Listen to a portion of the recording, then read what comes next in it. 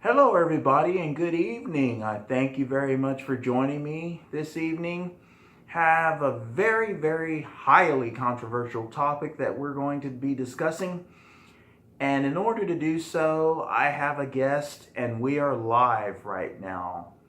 So, this topic is on white flight in the 1960s. So, you there? I'm here, man. What's up? Oh, I'm great. How are you? I'm great, man. That's good. So, a little bit about this topic. White flight was a phenomenon that occurred in America in the 1960s during the civil rights movement. Some people have said that it started in the 1950s and even the 40s, but it seemed to really get going in the 1960s. So, what do you have to say about that? Oh, I mean, you start looking at the riots like in Watts and Detroit, Kansas City, and places like that, and so, it makes you feel rather, insecure, and people want to raise their children in places where they don't have those problems. But you also had a problem with real estate discrimination and mortgage discrimination and redlining, where you just decided, okay, these are the black neighborhoods, and that's it. It's like we don't sell to black people in these neighborhoods, or we don't give people mortgages in these neighborhoods and things of this nature.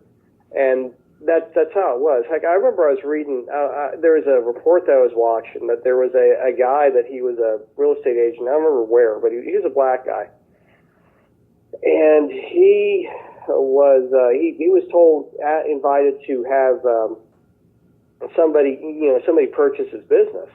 And he said, no, I'm going to do my own business, because he was, selling to real estate to black people in places where black people, were not allowed, I guess. They're discriminated against. And then, he was saying that people would, keep his phones occupied. This is back in the day before you had, party interrupted lines. So people would call and keep his phone occupied so that way he could sell real estate. Wow. I mean, things like that. I mean, there's a very concerted effort towards making sure that these neighborhoods were drawn on ethnic lines. That's crazy. Understanding. I mean, I'm not saying that this isn't. How do I say it? There's not a real threat or what have you to being in unstable areas. Okay, that's not what I'm saying, but. What I'm also saying is that there is this kind of underlying problem that the discriminatory practice of these folks stay in their neighborhoods and they're not allowed to go elsewhere. And I'm sure if you start looking at it, you're probably talking about people with Polish names have to stay in this neighborhood, people with Italian names have to stay in this neighborhood, people with German names have to stay in this neighborhood, people with Irish names have to stay in this neighborhood. Because ideally, those ethnic neighborhoods came across because you had one person move there, and then all of a sudden it's like all his aunts and uncles and brothers and sisters and cousins and whatnot, and they're all, of course, of the same ethnicity. So, that's the idea behind it.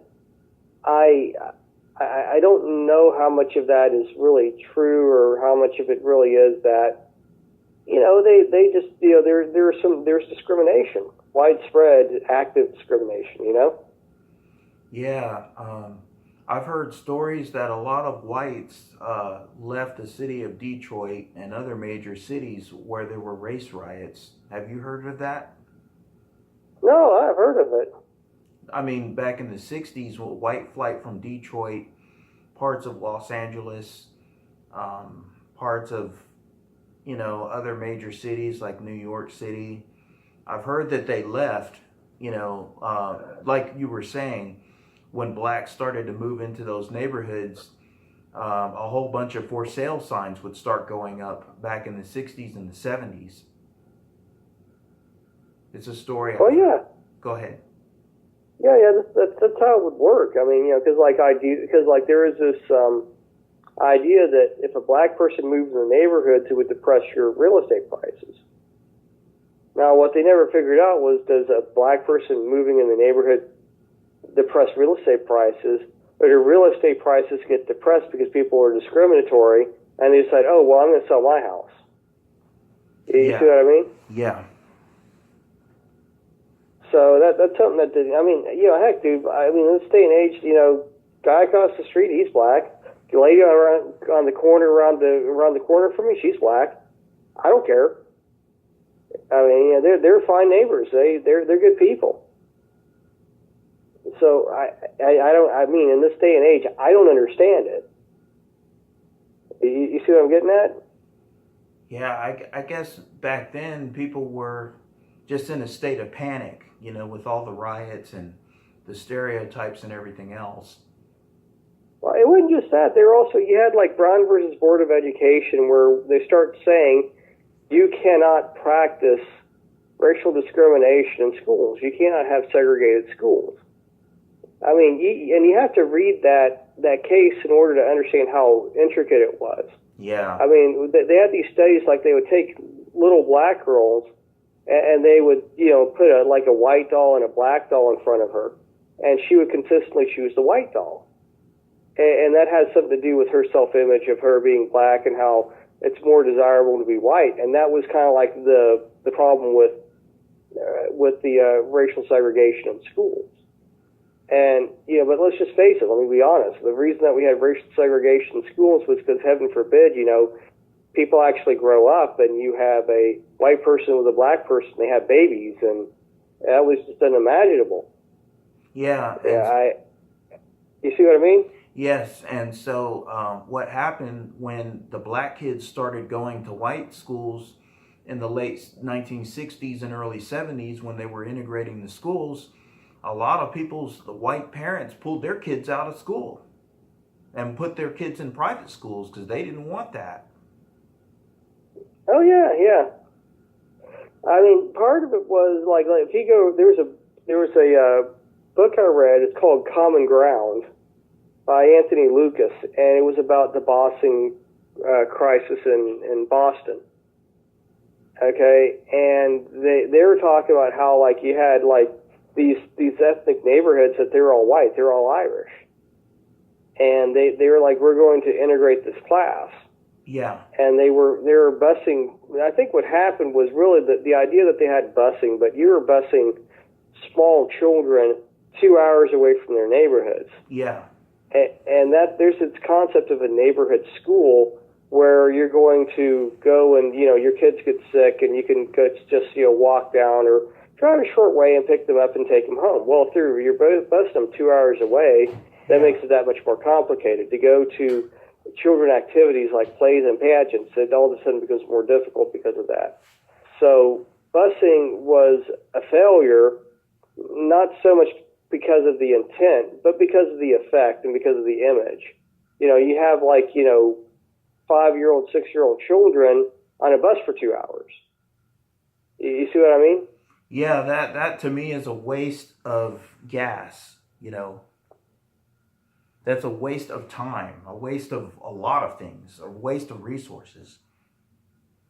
And not only that, but you're forcing people to go to schools. You're forcing someone's child to go to a school that the child's parents don't want their child to go to that school.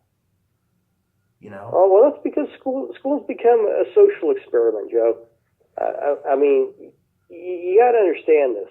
It's like what you start looking at is this idea of, well, what I mean, because I get it. Okay, I grew up in an area that was basically a third Mexican, a third black, and a third white. So it was very well integrated simply because of the population served by the school. It was very organic. There was no forced integration. It's simply that's how the school was. But at the same time, I see the difference between me, who and my views on racism and things like that, and perhaps my parents who grew up in segregated schools. And I, you see those differences, and that's in part because of the way we were raised, and those institutions that we enjoyed. So it was a noble experiment, but at the same time, though, I think that there are other underlying policies that made it difficult to have a truly integrated school, starting with redlining and mortgage discrimination. Yes. And speaking of mortgage discrimination, I have heard of a new phenomena called white fight, where it is kind of like a white flight, but instead it's a white where white people are moving back into some of those neighborhoods that they left decades ago, where they, the property depreciated, people, it turned into a ghetto. And then what happened is, the first thing they did was they got the police involved. They started making arrests of these drug dealers and all the robbers. They start getting them out, and then when they get them out, now the neighborhood is more safe. So these white investors come in and buy up this property for really cheap prices. And so the whites are fighting back. What do you think about that? I think it's a step in the right direction, to be honest. I mean, here, think about it like this, all right? Everybody wants to denigrate gentrification, okay?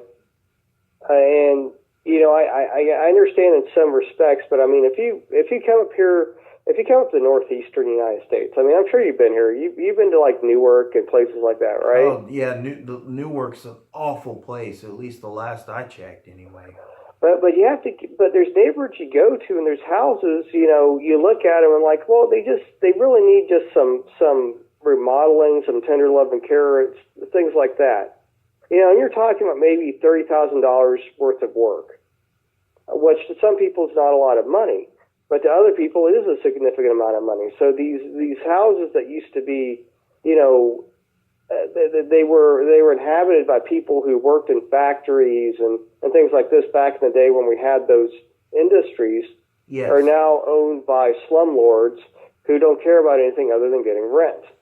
Okay, so to me, having people come in and invest in gentrification, tearing down old houses, building new houses, bringing in new people, I don't think is really that bad of an idea. Really, I think it's becoming more and more popular for younger people to live close to the center of a city. I think that's great. And that's I think that's happening where I live too, actually. Yeah, I mean, it should happen. I mean, I think that, because I mean, one of the things that people don't realize, like everyone's like, well, why do we have to invest in rail? Why do we have to invest in mass transit and things like that? It's like, you don't understand. There's people that in their immediate neighborhood, there are no jobs, and they can't really get anywhere without public transportation. Yes. So that's all about mobility. And, I mean, I think there's something, I think anytime you start running off the crime and the drug dealers and all these other things, those are all good things. Yeah, when you run when you run off the crime, the drug dealers, the burglaries, when you run all of that off, now you have all this cheap real estate, that's prime in a prime location, but it's really cheap. And you come and you buy it up, invest it, rent it out, you build new things, and it promotes economic growth is what it does. Oh yeah, I mean, like, and you need to, I mean, take the train, take the Amtrak, the Empire Service from New York City to Buffalo, New York. Okay, that's you see all these big closed factories. It's like this economic time bomb went off. Man. And you're like, what happened here? I mean, it used to be these people were very engaged economically. They had jobs. You start looking at their houses. They clearly had jobs that could afford them a living to buy a nice house and these other things. And but what happened? And frankly, what happened was, I mean, there's a couple of things that happened up here. The first thing was those factory jobs, just technology advanced, and those jobs aren't here anymore. And they're not coming back, period. Yeah. End of story. And then you also have a problem with, you had the invention of air conditioning. So heating had existed for a very long time. So heating is a kind of a very old technology, whether you're burning firewood or whatever. We know how to keep a house warm. Yes. But keeping a house cool was something that really didn't come about until after World War II. Yes. So a lot of people that were up up in the Northeast and the Rust Belt and places like that, they left to go down south because it was the weather was better, and also the infrastructure changed. So you have like things like the Tennessee River Valley Authority, which brought power to rural areas. So in order to have big factories, you didn't need to be in the Rust Belt or in the Northeast. Yes. You could be down in Tennessee, down in Georgia, and down there you have less regulation, you have less union activity. Yeah. And so it was more attractive. It became a more attractive business climate. So if you start asking the questions about why do we have rundown inner cities, look no further than things like this. I mean, the only real success story I know of is going to be New York City. I mean, like you start looking at, heck, even in film, you start looking at things like Death Wish. Okay, that was a movie that was about urban decay. There are lots of movies that were about urban decay. Yeah. And you go to these neighborhoods that they had that were urban decay now, and they're flourishing and they're expensive. And there's no way a person can work a 9-to-5 job and be able to live in those places anymore. And this happened because white fight, right? Yeah, that happened because they said, look, we're going to reinvest in these places. We're going to make this city a glowing example again.